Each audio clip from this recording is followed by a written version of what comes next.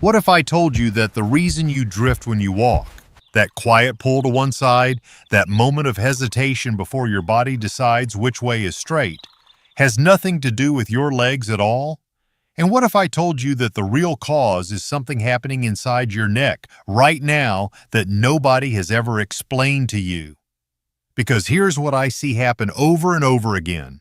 Someone starts drifting when they walk. They reach for walls when they stand up. Their body hesitates in ways it never used to. They go to their doctor and they hear the same things every time. Watch your step. Hold the railing. Maybe it's just age. So they go home, try a few leg exercises, and nothing changes. The drifting continues. The hesitation continues. And eventually they accept it as inevitable. I am here today to tell you it is not inevitable. I am going to explain exactly what is happening inside your body, in plain, simple terms.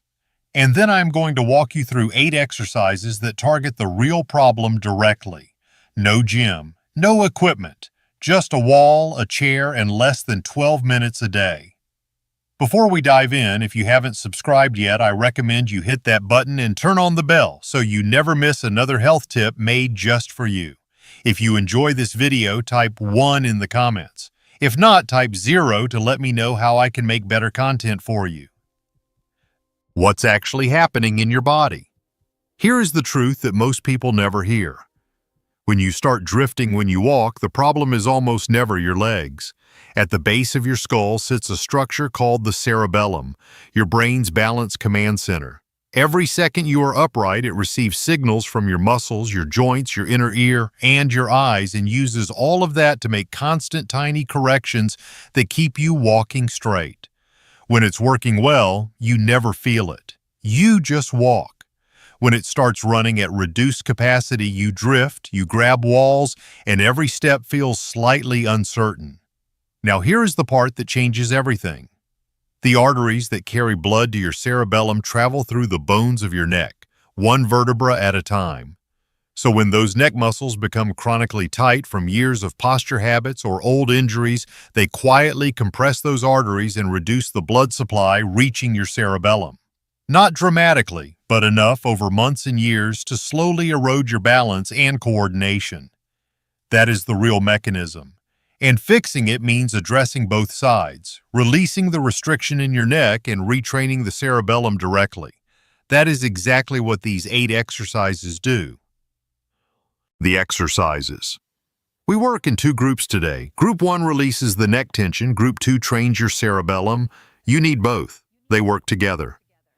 Group 1. Neck release exercises. Exercise 1. Base of neck rotation release. Why this matters? The junction where your neck meets your upper back is one of the 2 areas most likely to accumulate stiffness that compresses the arteries feeding your cerebellum. This movement gently mobilizes that exact zone. How to do it? Sit in a sturdy chair with your back straight. Gently drop your chin slightly toward your chest. Place 2 fingertips against the bony bump at the very base of your neck, that prominent vertebra where the neck meets the upper back. Slowly rotate your head to the right, using your fingertips to apply gentle guiding pressure in the same direction. Move only as far as comfortable. You want a mild stretching sensation, never pain. Hold at that gentle end point for 3 to 4 seconds. Slowly return to center. Repeat on the left side. Do 5 repetitions on each side. Practice once in the morning and once in the evening. Most people notice their range of motion gradually increasing over the first 1 to 2 weeks as the stiffness begins to ease. Exercise 2. Side neck stretch. Why this matters? The large diagonal muscle running from behind your ear down to your collarbone is one of the most chronically overworked muscles in the body. When it stays tight, it places sustained pressure on the structures running through your cervical spine, including the arteries feeding your cerebellum. How to do it? Place one hand flat against your collarbone on one side and press gently downward to anchor the tissue. Slowly tilt your head toward the opposite shoulder and lift your chin very slightly upward. You should feel a clear, deep stretch running along the full side of your neck. Hold for 20 to 30 seconds, breathing slowly and steadily. Do not pull or force. Let gravity and time do the work. Return slowly to center and repeat on the other side. Do 2 repetitions on each side per session. Exercise 3. Neck self-massage. Why this matters. Stretching releases muscle length. Massage releases the deeper tissue tension that builds up over years and doesn't respond to stretching alone, the kind that quietly narrows the space around those cervical arteries. How to do it. Using the fingertips of both hands, begin at the base of your skull and apply firm circular pressure as you work slowly down both sides of your neck toward the base. Spend about 60 to 90 seconds on each side. Look for areas that feel noticeably tighter or more tender than the surrounding tissue. Spend a little extra time on those spots, not digging in painfully, but applying steady, gentle pressure until you feel the tissue begin to soften. Do this once daily, ideally in the morning before or after the other 2 neck exercises. Group 2. Cerebellum Training Exercises. Exercise 4. Slow Motion Straight Line Walk. Why this matters. Before you can retrain your walking pattern, you need to slow it down enough that your brain can consciously register and correct each step. Slow motion walking strips away the momentum that normally covers up your weaknesses and forces every muscle and every balance signal to work with full intention. How to do it. Find a clear hallway. Place one hand lightly on the wall if you need support to start. Begin walking at the slowest pace you can manage, so slow that each step takes a full 3 to 4 seconds to complete. Lift your foot deliberately, pause briefly in the air, reach your heel slightly forward and lower it to the floor with full control. Feel your weight shift through your foot before taking the next step. Walk 10 steps forward. Turn carefully using small marching steps. Walk 10 steps back. That is 1 set. Complete 3 sets. What to focus on. Look straight ahead, not down at your feet. Your balance system needs to work while your eyes are focused on where you are going, not where your feet are landing. The wobbling you feel during this exercise is your cerebellum actively working. That is not a problem. That is the entire point. Progress tip. Once this feels smooth, try it on carpet versus hardwood. The slight surface change forces your nervous system to adapt and generalize the pattern, which is what you need for real-world safety. Exercise 5. Tandem heel-to-toe walk. Why this matters. This directly simulates the kind of walking that causes the most falls. Narrow hallways, stepping carefully around furniture, navigating tight spaces. It trains dynamic balance, which is your balance while you are actually in motion, not standing still. How to do it. Stand at one end of a clear hallway with one hand lightly touching the wall. Place your right foot directly in front of your left so that the heel of your right foot nearly touches the toes of your left. Then step your left foot forward in the same way, heel to toe in a perfectly straight line. Take 10 steps forward. Turn carefully. Take 10 steps back. That is 1 set. Complete 2 sets. What to focus on. Keep your eyes forward, not down at your feet. Walk slowly and with full control.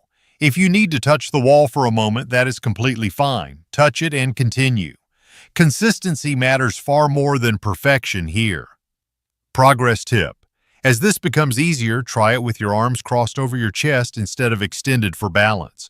This removes the arm compensation and forces your core and ankles to take on more of the stabilizing work. Exercise 6. Standing marches with crossbody. Tap. Why this matters? This rebuilds 2 things at once, the hip flexor strength needed to lift your feet clearly off the ground with each step, and the crossbody coordination that is one of the cerebellum's most important jobs. Crossbody movement activates the neural pathways between the 2 hemispheres of the brain, which is essential for smooth, coordinated walking. How to do it. Stand tall behind a sturdy chair with both hands lightly resting on the back. Lift your right knee toward your chest as high as you comfortably can. As your knee rises, tap it with your left hand. Lower the right leg with control, then lift your left knee and tap it with your right hand. That is 1 repetition. Do 10 repetitions on each side, 20 total. Move slowly and deliberately. The tapping hand and the rising knee should meet at exactly the same moment.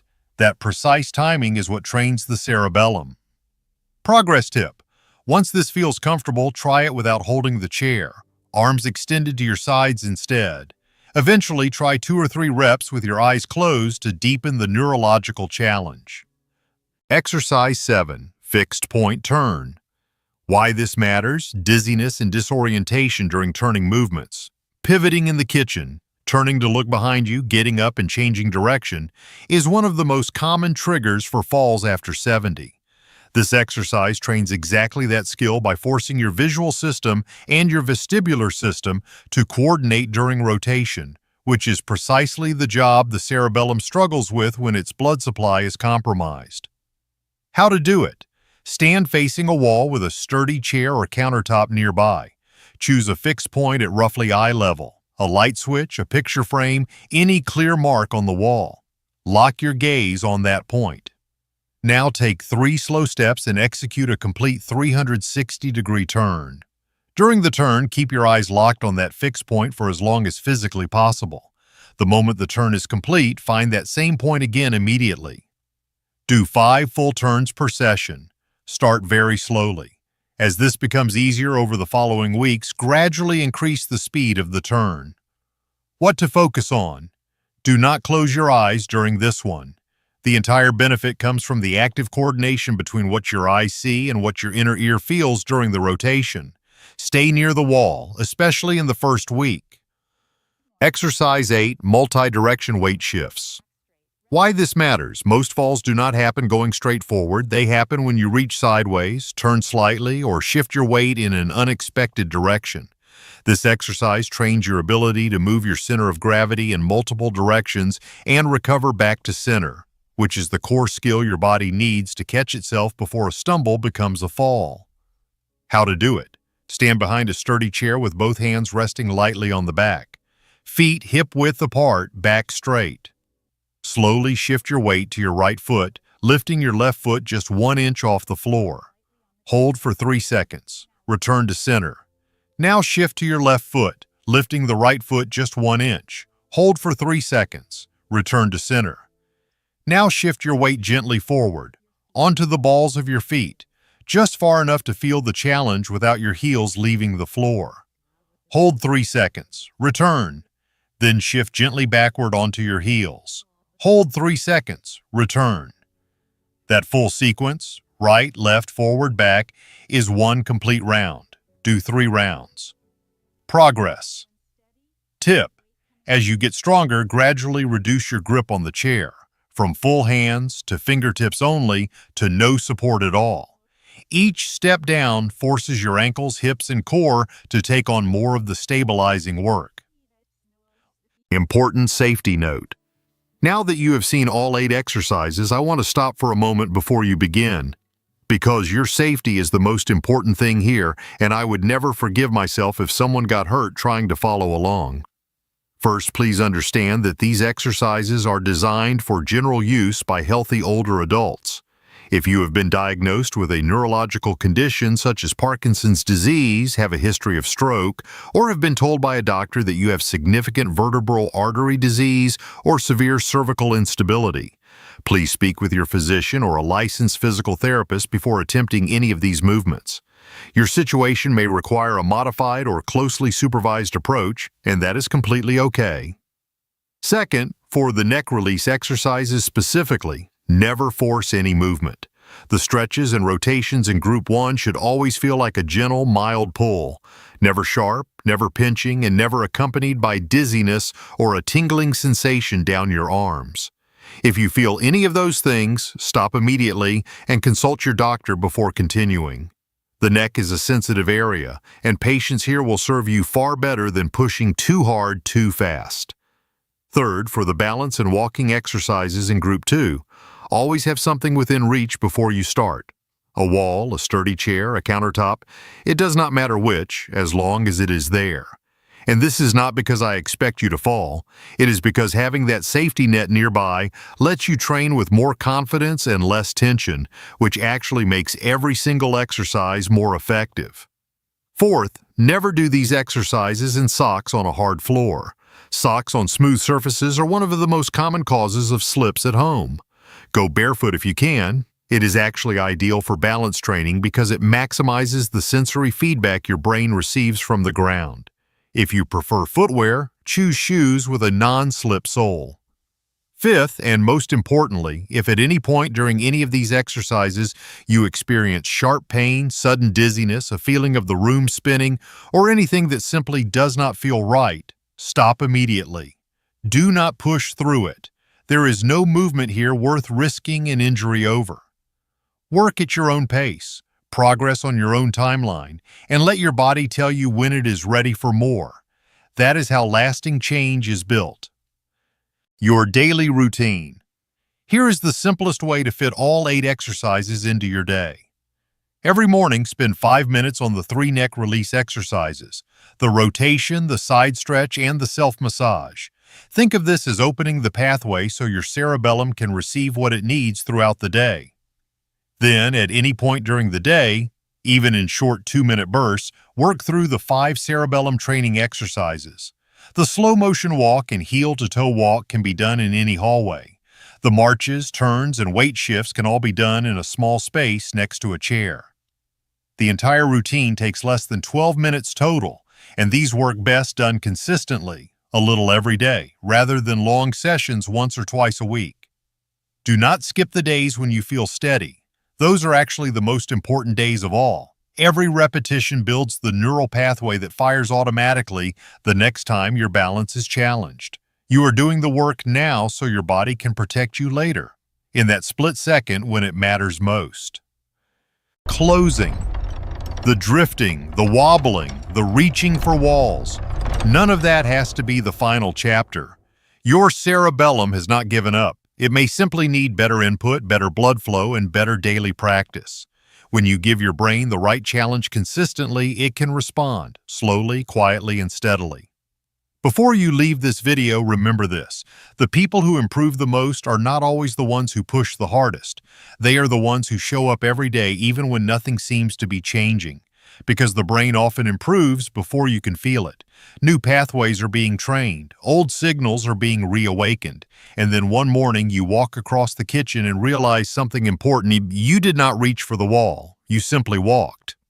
So start small today. Do the neck release. Try the slow motion walk. That is enough for day 1.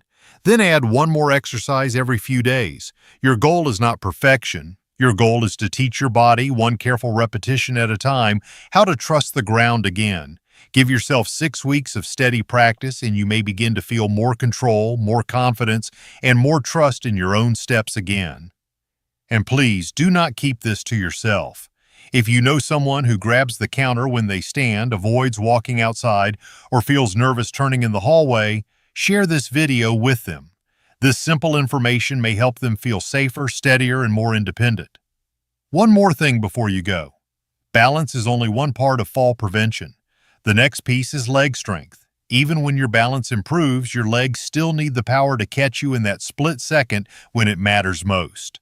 That is why I made a dedicated video on safe leg strengthening exercises for people over 70. No gym, no equipment, and easy to follow at home. That video is on the screen right now. Click it next and I will walk you through it step by step. If you enjoyed this video, please leave a comment with 1. If not, feel free to comment with 0. Your feedback means a lot to us. Don't forget to like, share, and subscribe to our YouTube channel for more content like this. Thank you for watching, and here's to living life on your own terms.